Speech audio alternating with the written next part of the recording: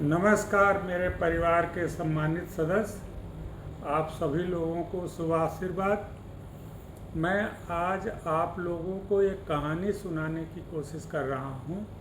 ये कहानी मेरे द्वारा नहीं कही गई है, यह मैंने सोशल मीडिया से उठाया है और वहाँ पर मुझे ये कहानी कुछ दिन पहले मिली थी। इसे मैं कई बार सुन चुका हूँ। ये मेरे दिल के करीब रहने वाली कहानियों में से एक है।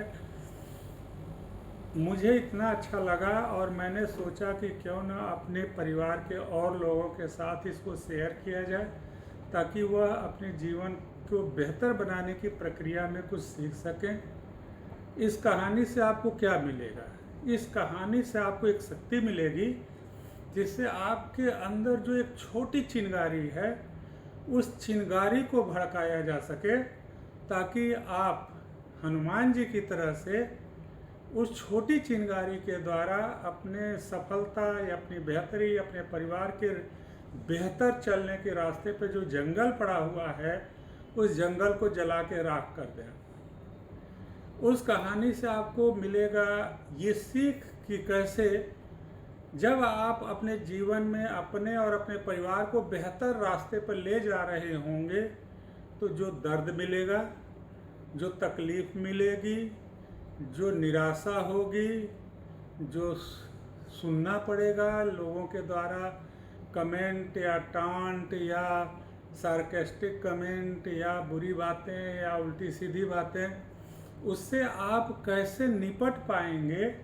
और जब आप इन चीज़ों से निपटेंगे तो आप एक योद्धा की तरह आगे बढ़ेंगे और फिर अपने रास्ते पर और अपने चलते हुए अपनी मंजिल तक पहुंचेंगे। और जब आप अपनी मंजिल पे पहुंचेंगे तो मंजिल बहुत शानदार होगा, और वह शानदार मंजिल होगा जैसे आप किसी पहाड़ की चोटी पे पहुंच जाते हैं तो वहाँ से जो दृश्य दिखता है वह उनको कभी नसीब नहीं होता जो नीचे घाटी में खड़े रहते हैं। तो आइए पहुँचते हैं अपने जीवन की सफलता की चोटी पर और सुनते हैं ये कहानी। तो चलिए चलते हैं कहानी के तरफ। ये एक बात जानना बहुत ज्यादा जरूरी है कि सफलता कभी आसानी से नहीं मिलती।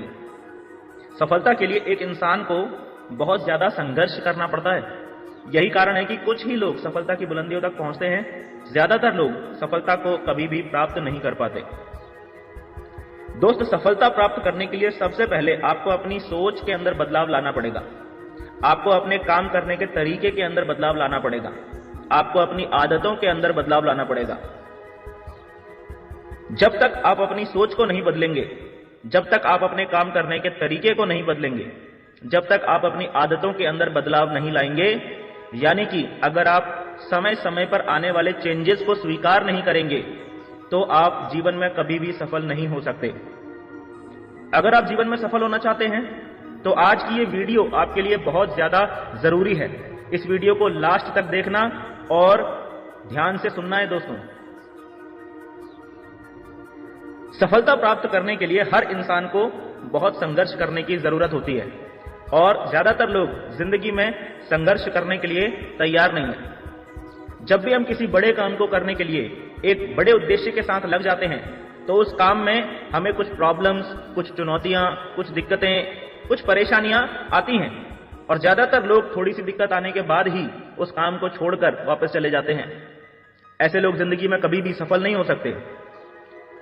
दोस्तों, अगर आप सफल होना चाहते हैं तो आपको जो भी दिक्कत, जो भी परेशानी अपने रास्ते में नजर आ रही है, हर उस दिक्कत, हर उस परेशानी को आपको स्वीकार करना पड़ेगा, तभी आप जीवन में कोई बड़ा काम कर पाएंगे। इसके लिए सबसे पहले मैं आपसे एक बात करना चाहता हूं। आपको क्या लगता है, जो भी काम आप आज कर रहे हैं, अगर उसमें कोई दिक्कत या कोई परेशानी आ रही है, तो क्या केवल आपको आ रही है? ध्यान से सोचना, मैं अपना सवाल रिपीट करता हूं। जो भी काम आप आज कर रहे हैं, अगर उसमें कोई दिक्कत या कोई परेशानी आ रही है, तो क्या केवल आपको आ रही है? ऐसा नहीं है दोस्तों। हर उस इंसान को जो भी इस दुनिया में सफल हुआ है, जब भी उसने सफलता के रास्ते पर चलने की कोशिश की है, उसको बहुत सी चुनौतियों का सामना करना पड़ा है, उसको बहुत सी दिक्कतों का सामना करना पड़ा है, उसको बहुत सारी समस्याओं का सामना करना पड़ा है। वो सब समस्याओं और दिक्कतों का सामना करके ही वो शख्स बुलंदियों पर पहुंचता है। दोस्तों, आपको भी यही सब करना पड़ेगा। अगर आप छोटी छोटी दिक्कतों और परेशानियों से घबरा जाते हैं तो सफलता कभी भी आपके हाथ नहीं आने वाली है। आपको क्या लगता है, समस्याएं सिर्फ इंसानों को ही आती हैं? क्या लगता है आपको, समस्याएं क्या सिर्फ इंसानों को ही आती हैं? ऐसा नहीं है। इस दुनिया में हर जीव, हर जंतु, हर प्राणी को समस्या आती है। इस चीज को समझाने के लिए आज मैं आपको एक सच्ची घटना बताना चाहता हूं। इस घटना को आपने बहुत ध्यान से सुनना है। अगर इस घटना को आपने समझ लिया तो आपको समझ में आ जाएगा कि आपको भी क्या करना है। आप सभी ने कभी ना कभी बाज को जरूर देखा होगा, बाज के बारे में जरूर सुना होगा। बाज एक ऐसा पक्षी होता है जो आसमान में ऊंचाइयों में उड़ने के लिए पैदा होता है। बाज एक ऐसा पक्षी होता है जो अपनी पैनी नजर और दूर दृष्टि के लिए विख्यात होता है। बाज एक ऐसा पक्षी होता है जो शिकार करने के लिए बहुत ही ज्यादा ताकतवर होता है। लेकिन शायद आपको एक बात नहीं मालूम कि 40 सालों तक बाज ऊंचाइयों पर उड़ता रहता है, खुले आसमान में उड़ता रहता है, बहुत अच्छे अच्छे शिकार करता है, 40 साल तक अपनी जिंदगी को बहुत ही बेहतरीन तरीके से जीता है। लेकिन 40 साल की उम्र के बाद उसकी जिंदगी में एक ऐसा पड़ाव आता है कि उसको एक बहुत बड़ी समस्या से गुजरना पड़ता है। वो समस्या क्या है, वही मैं आज आपसे शेयर करना चाहता हूं।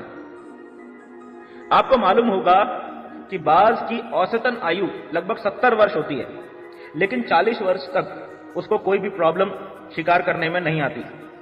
लेकिन जैसे ही वो 40 वर्ष का हो जाता है, उसके जीवन में बहुत बड़ी समस्या का प्रवेश होता है। और वो समस्या क्या है? वो समस्या है दोस्तों की 40 वर्ष की उम्र में बाज की जो नुकीली और तेज चोंच होती है वो पूरी तरह से मुड़ जाती है। बाज के जो पंख होते हैं वो बहुत भारी हो जाते हैं और उसकी छाती से पूरी तरह से चिपक जाते हैं। बाज के जो नाखून होते हैं वो बहुत पैने होते हैं, वो पूरी तरीके से मुड़ जाते हैं, उनका पैनापन खत्म हो जाता है। और इसी कारण ना तो वो ऊंचाई पे उड़ने में सक्षम रहता है और ना ही वो अपने शिकार को पंजों में पकड़ पाने में सक्षम रहता है। और मुड़ी हुई चोंच की वजह से वो अपने शिकार को ना तो ठीक से पकड़ पाता है, ना ही ठीक से खा पाता है। उसके भूख से तड़प तड़प के मरने की नौबत आ जाती है। ऐसी स्थिति में उस बाज के पास दोस्तों 2 रास्ते होते हैं। पहला कि वो अपनी जिंदगी को वहीं पर खत्म कर दे, और दूसरा कि वो उस समस्या से लड़े और अपने जीवन की नई शुरुआत करे। आपको क्या लगता है, बाज कौन सा रास्ता अपनाता होगा? जी हां, बाज मरने के बारे में नहीं सोचता, बाज दूसरी प्रक्रिया के बारे में सोचता है जो बहुत ही दर्दनाक होती है। उस प्रक्रिया के बारे में जब आप सुनेंगे तब आपको एहसास होगा बाज को कितनी दर्दनाक प्रक्रिया से गुजरना पड़ता है अपनी बाकी जिंदगी को जीने के लिए। जी हां, वो प्रक्रिया मैं अब आपको बताने जा रहा हूं। दोस्तों, जब बाज की चोंच पूरी तरह से मुड़ जाती है, वो अपने शिकार को नहीं पकड़ पाता, पंजों से भी वो अपने शिकार को नहीं पकड़ पाता है और अपने भारी पंखों के कारण वो आसमान में भी उड़ नहीं पाता है। तब ऐसी स्थिति में बाज क्या करता है? बाज बहुत ऊंचाई पर जाकर एक चट्टान पर जाके बैठ जाता है। सबसे पहले वो चोंच को पत्थर पे मार मार के रगड़ के उस चोंच को तोड़कर अलग कर देता है। सोच के देखिए कि जो चोंच उसकी जिंदगी है, जिस चोंच से वो शिकार को पकड़ता है, खाता है, उस चोंच को उसको तोड़ना पड़ता है। उसकी चोंच में बहुत दर्द होता है और उसका बहुत सारा खून भी निकलता है। लेकिन इतना दर्द सहने के बाद भी और इतना खून बहाने के बाद भी वो उस चोंच को तोड़ के ही दम लेता है। उसके बाद बारी आती है पंखों की। वो अपने पंखों को अपने पंजों से नोच नोच के अपने शरीर से अलग कर देता है। सोच के देखिए, एक बाज के लिए उसके पंखों का क्या महत्व होगा। इस प्रोसेस में भी उसको बहुत दर्द होता है, हद से ज्यादा दर्द होता है, बहुत सारा खून निकलता है, उसकी पूरी खूबसूरती चली जाती है, उसकी पूरी ताकत चली जाती है। लेकिन वो अपने पंखों को एक एक करके अपने शरीर से नोच डालता है। उसके बाद वो अपने नाखूनों को भी पत्थर पे घिस घिस के अपने नाखूनों को, अपने पंजों को भी तोड़ देता है। और इस प्रक्रिया में भी उसको फिर से बहुत दर्द झेलना पड़ता है, बहुत सारा उसका खून निकलता है। दोस्तों, लेकिन ऐसा बाज क्यों करता है? क्योंकि बाज को मालूम है इस चोंच के साथ, इन पंखों के साथ, इन नाखूनों के साथ वो जीवन में कुछ भी नहीं कर सकता, और उसको अगर नई जिंदगी चाहिए तो उसको इस प्रक्रिया से दोस्तों गुजरना ही पड़ेगा। ये उसे मालूम होता है, यही आखिरी रास्ता बाज के पास होता है। और हर वो बाज जो जिंदगी को जीना चाहता है वो इस दर्दनाक और भयानक प्रक्रिया से गुजरता है। दोस्तों, जब वो अपनी चोंच को अलग कर देता है, जब वो अपने पंखों को अलग कर देता है, जब वो अपने नाखूनों को अपने शरीर से अलग कर देता है, बहुत दर्द होता है, बहुत खून निकलता है। तो वापस उसके पंखों को आने में, वापस उसकी चोंच को आने में, वापस नए पंजे आने में उसको कितना समय लगता है? उसको 1 महीना नहीं, 2 महीना नहीं, 3 महीना नहीं, लगभग 6 महीने लगते हैं। और वो 6 महीने वो बाज एकांत में अकेले बैठा हुआ सिर्फ इंतजार करता रहता है नए पंखों के आने का, नई चोंच के आने का, नए पंजों के आने का।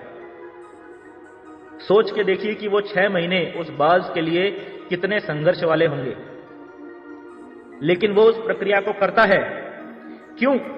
क्योंकि उसको मालूम है कि यदि उसने एक बार इस प्रक्रिया को कर लिया तो अगले 6 महीने में उसकी एक नई चोंच निकलेगी, अगले 6 महीने में उसके बहुत अच्छे अच्छे विशालकाय पंख निकलेंगे, अगले 6 महीने में उसके बिल्कुल नए नाखून निकलेंगे, जिससे उसकी जिंदगी के अगले 30 साल बहुत शानदार होने वाले हैं।